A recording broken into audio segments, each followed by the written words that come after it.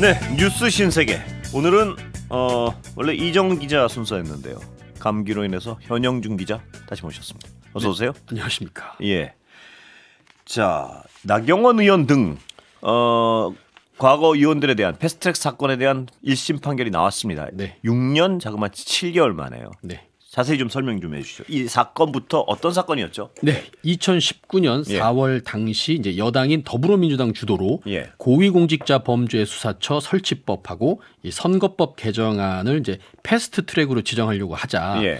당시에 자유한국당 지금 이제 국민의힘 전신이죠. 예. 자유한국당 의원들이 법안 제출 자체를 막기 위해서 이 국회의원과 사무실을 점거하면서 예. 여야 간의 몸싸움이 막 예. 벌어졌습니다.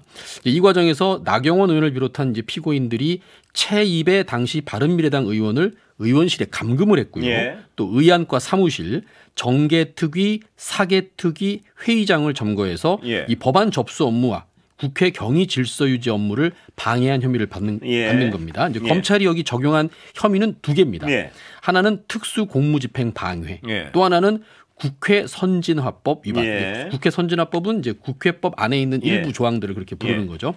이 검찰의 구형만 먼저 살펴보면은 구형이요. 구형이에요. 예, 선고 말고요. 네. 예. 나경원 의원이 징역 2년, 예. 송원석 징역 10개월, 김정재와 이만희 징역 10개월, 윤한홍 징역 6개월, 이철규 의원은 벌금 300만 원 정도로 예. 구형이 됐었습니다. 예.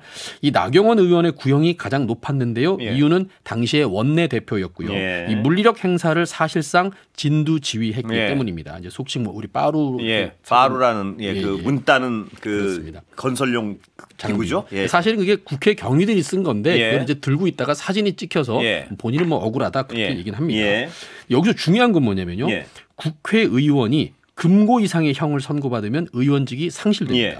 단 선거법은 100만 원 이상의 벌금형으로도 예. 또 국회법은 500만 원 이상의 벌금형으로도 의원직이 상실되기 예. 때문에 이게 공직선거법에 그렇게 명시가 되어 있습니다. 예. 그래서 이 검찰 구형이 전부 다 징역형이어서 대부분 예. 이번 선고에 관심이 많았습니다. 왜냐하면 예. 구형대로라면은 5명의 국민의힘 의원들이 의원직을 예. 한꺼번에 상실하는 이 초유의 사태가 예. 벌어질 상황이었기 때문입니다. 그런데 오늘 서울 남부지법 형사합의 11부죠. 예. 장찬 부장판사 놀랍게도 모두 벌금형으로 아. 선고가 나왔습니다. 모두요. 네. 예. 그러면 의원직을 상실한 국민의힘 의원은 없는 거죠. 6년 7개월 만에 판결이 나왔는데요. 네, 그렇습니다. 예. 그런데 이 선고를 보면 조금 이상한 점이 예. 눈에 띕니다. 자, 예를 들어서 나경원 의원은 아까 앞서서 제가 예. 혐의가 두 개라 그랬습니다. 특수 공무집행 방해 혐의로 벌금을 2천만 원 받았고요. 예. 국회법 위반 혐의로는 벌금을 400만 원 예. 받았어요. 합치면 2,400만 원 예. 선고된 건데요.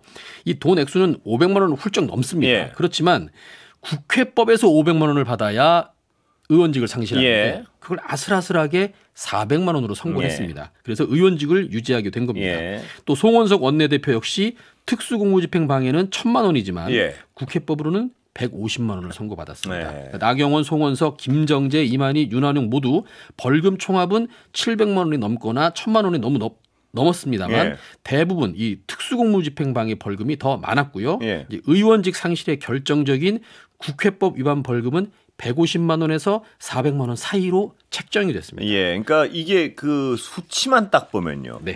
법리를 안 보고요. 500만 원을 살짝 안 넘게. 안 넘게. 해서 의원직을 유지시켜 주려고 했다. 뭐 이런 어떤 의심을 법원이 예. 이제 의원직 상실형을 면하게 하려고 이렇게 선고한 게 아닌가 하는 예. 이제 의심을 할 수밖에 없는 수 상황인데요. 있는 거죠. 액수를 살펴보면요. 또 나머지 크게 만들어 가지고 전체 액수는 어깨 선고했네 이렇게 오해를 할 수 있게 만들었다는 의심도 가능하고. 실제로 예. 그 생방송을 하고 있던 많은 예. 언론사들이 예. 이 전체 금액만 보고 그랬었죠. 네, 이거 의원직 상실이구나라고 보도를 한 경우도 오늘 많았습니다. 왜냐하면 2,400만 원이니까요. 맞습니다. 500만 원이면 의원직 상실이니까요. 예. 그러니까 법원이 겉으로 보이기에는 가능한 한 좀 많아 보이게 예, 많아 보이게 선고를 하면서 실질적으로는 의원직은 다 유지할 수 있게 네. 나경원 의원조차도요. 맞습니다. 사실은 이제 이번 선고가 큰 관심을 받았던 또 하나 이유는 뭐냐면 국회 선진화법이라는 게 만들어지고 나서 예. 처음 벌어진 재판이나 마찬가지거든요. 예. 이게 첫 사례입니다. 예전에 우리 국회 모습을 보면은 서로 뭐 주먹질도 하고요. 예. 뭐 물리력을 그렇습니다. 동원해서 책상 예. 부수고 몸싸움해서 이게 전 세계 방송, 전 세계 언론에 뭐 세상에 이런 일이 뭐 예. 해외 토픽 이런 데 우리가 많이 나갔습니다. 예. 이제 그거 부끄러우니까 이거 막겠다고 이제 이름도 국회 선진화법이라고 지어가면서 만든 건데요. 사실 오늘 선고는 예. 이 국민의힘 의원들에게 면죄부 준 거 아니냐. 예. 이 법을 어겨도 의원직 상실과 같은 치명적인 타격은 없다. 이런 걸 예. 이제 보여준 판결이었거든요. 예. 막말로 누구나 돈 400만 원 예. 낼 각오가 돼 있으면 이 국회 선진화법 어겨도 된다는 이 걸로 판결대로라면요. 그렇습니다. 예. 국민의힘 의원들 재산이 500억, 400억 뭐 이러지 않습니까? 예. 400만 원 정도는 부담 없는 돈이거든요, 실제로. 예. 자, 근데 이게 선고 내용을 보면요. 공소 사실 모두 유죄라고 했다는데요. 그러니까 네. 죄가 없는 건 아닌데 이 판결대로라면요. 네. 국회의원 자격을 상실하게 할 만큼 죄를 진 건 아니다. 뭐 이 얘기가 되는 거 아니에요. 그렇지만 주문은 또 예. 그렇지 않았습니다. 저희가 이제 오해들을 그래서 많이 했는데 재판부가 이렇게 말합니다. 이번 사건은 국회가 지난 과오를 반성하고 신뢰를 회복하고자 마련한 국회의 의사결정 방침을, 그러니까 국회 선진화법을 말하는 예. 겁니다. 그 구성원인 의원들이 스스로 위반한 첫 사례다. 예. 이렇게 질타를 했고요. 예. 특히 헌법과 법률을 누구보다 엄격히 준수해야 할 의원들이 불법 수단을 동원해서 동료 의원의 활동을 저지했다, 그러니까 막았다, 혹은 감금했다, 이걸 강조를 했었습니다. 예.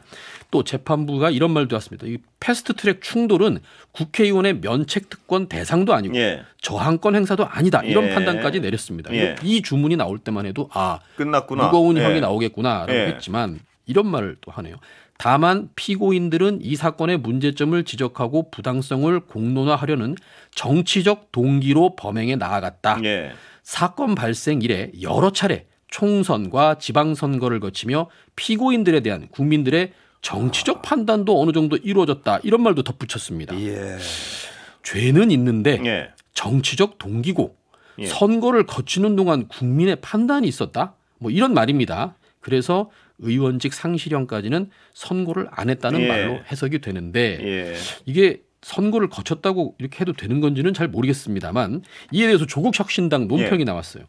이 재판이 무려 6년 7개월 만에 나왔다. 네. 엄청 길게 끌었던 거죠. 이렇게 길게 끌어서 결국엔 이 사람들이 총선에 나갈 수 있었던 그렇습니다. 거 아니냐. 예. 그래놓고는 법원이 그래놓고는 무슨 국민 판단을 받았다는 거냐. 이재명 대통령 재판은 불과 며칠 만에 신속하게 판결하지 예. 않았느냐. 극명하게 대비된다 이러면서 법원을 비판을 했고요. 그런데요. 궁금한 건 아까 현 기자가 이 판결문 내용 소개해 주셨지만요. 네, 분명하게 법이 된다 그래 놓고 나서 맞습니다.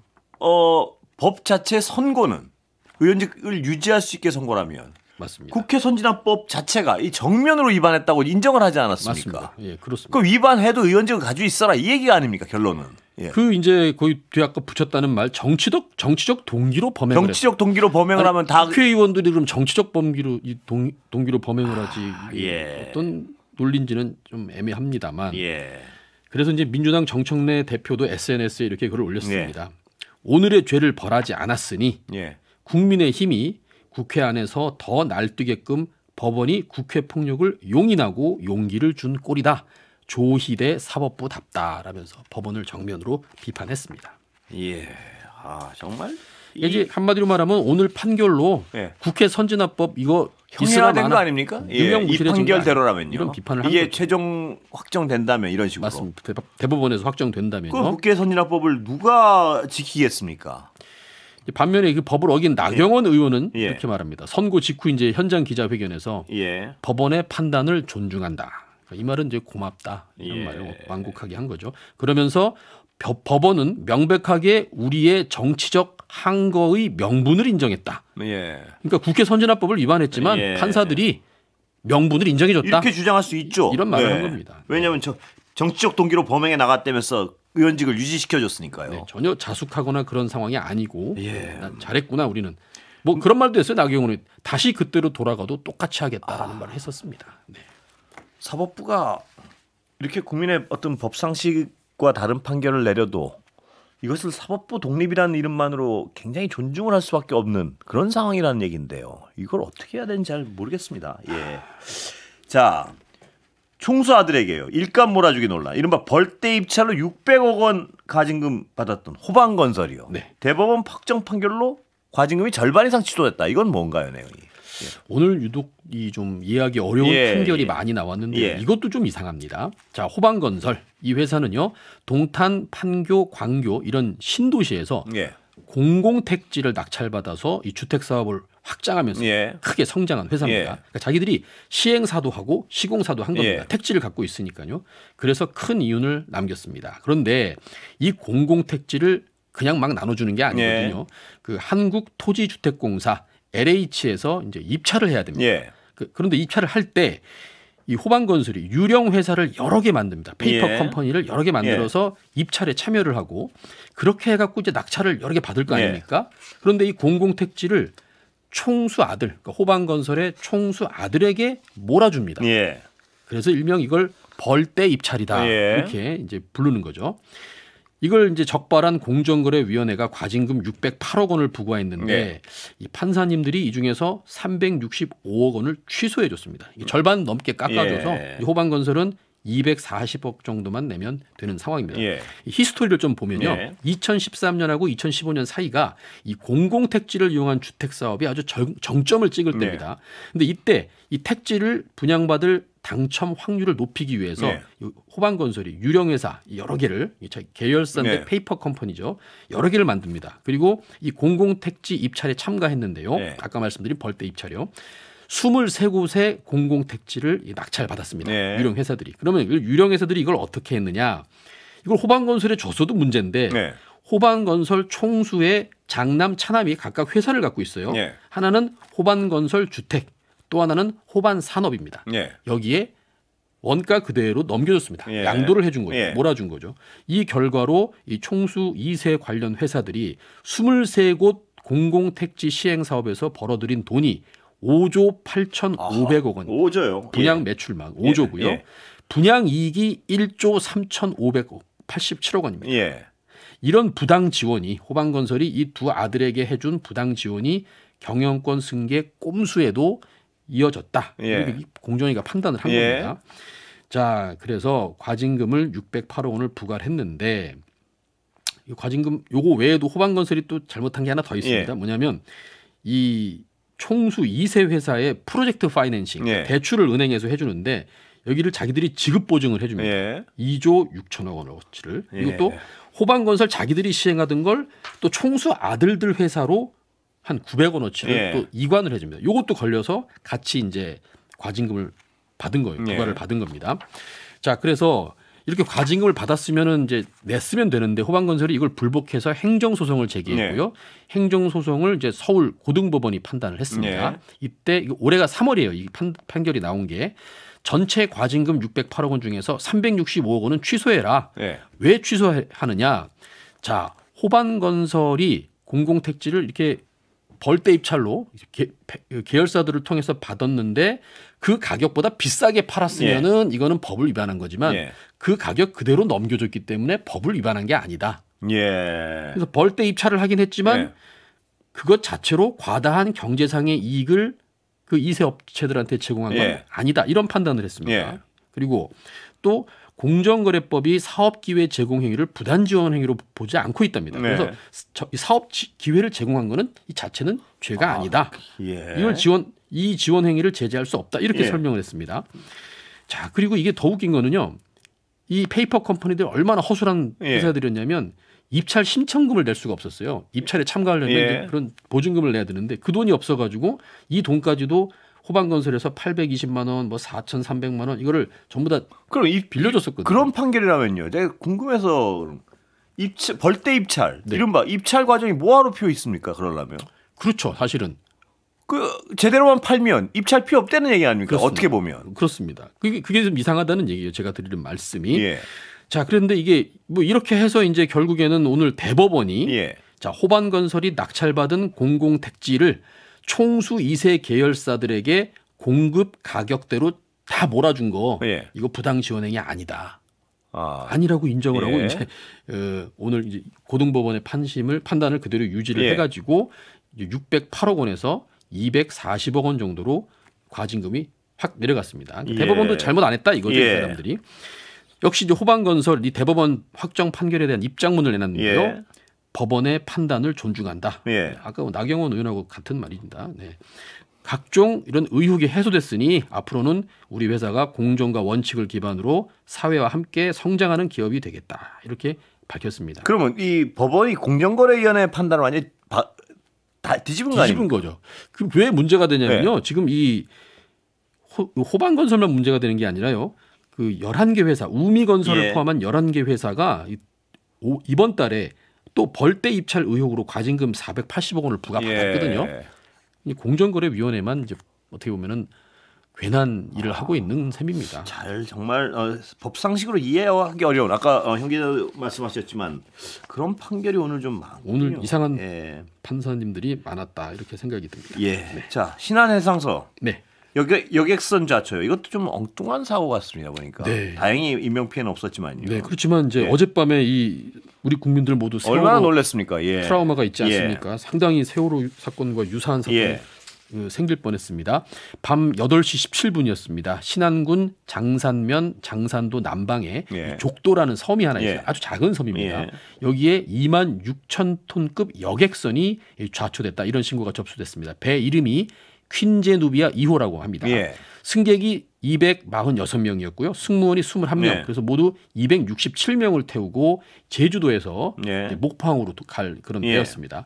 당시 사고 영상을 보니까요. 이 배 앞부분이 섬의 해변 위로 한 절반쯤 이렇게 예. 얹혀 있다고 해야 될까요? 예. 다행히 많이 기울어지진 않았습니다. 예. 그래서 인명 피해가 많지는 않았는데 그 배가 거길 왜 올라갔나 도대체 이런 의문이 들었죠. 많은 분들이. 예. 이제 뭐 다행히 인명 피해는 이제 없었고요. 예. 그래서 왜 최초 신고 22분 만인 밤 8시 38분에 예. 해경이 현장에 그렇군요. 도착했습니다. 예. 그 세월호 당시하고는 너무 많이 예. 다른데요. 세월호 당시에는 신고를 받고 2시간 뒤에 예. 해경이 도착했었습니다. 예. 정말 빨랐던 거죠 이번에. 20분이요. 그렇습니다. 예. 예.